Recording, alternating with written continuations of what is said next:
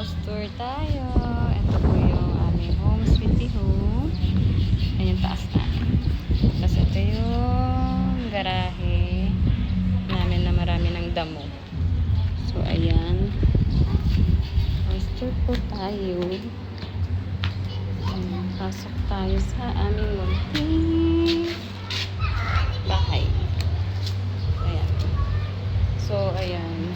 Hindi pa siya napapagawa. Kasi nga, walang budget. Dapat tayong budget. Since galing tayo sa panganganak, nawalan tayo ng budget. So, ayan. Bird type pa siya lahat. So, visit-visit lang po muna kami. And then, ang gamit namin dito, ayan, may electric fan kami.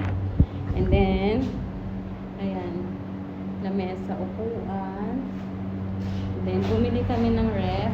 So, maliit lang yan kasi visit-visit nga lang kami dito. Tsaka, wala pang budget. Tapos, ito, ayan. Ito yung door para dito sa backyard namin. So, yun. Tapos, ito naman, isa pang door sa CR. So, ayan. Ito po yung CR namin. So, ganyan. Bird type pa talaga siya. Kasi nga, walang budget. Wala tayong budget. Then, ayan. Ito naman yung hagdanan. So, ayan. Hindi pa rin din siya naayos. Kasi nga, walang budget. Ayan. Akyat tayo. Ayan. So, hanggang dito lang muna. Kasi natakot ako. Kasi, karga ko si baby. So, ayan. May isang pinto. Ayan. May isang pinto. CR po yan. So, 2 CR po kami dito. Isa sa baba, isa sa taas.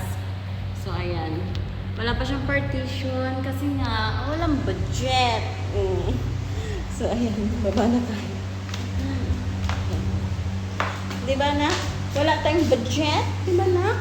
Na? Wala tayong budget. Pang-renovate. Yun lang.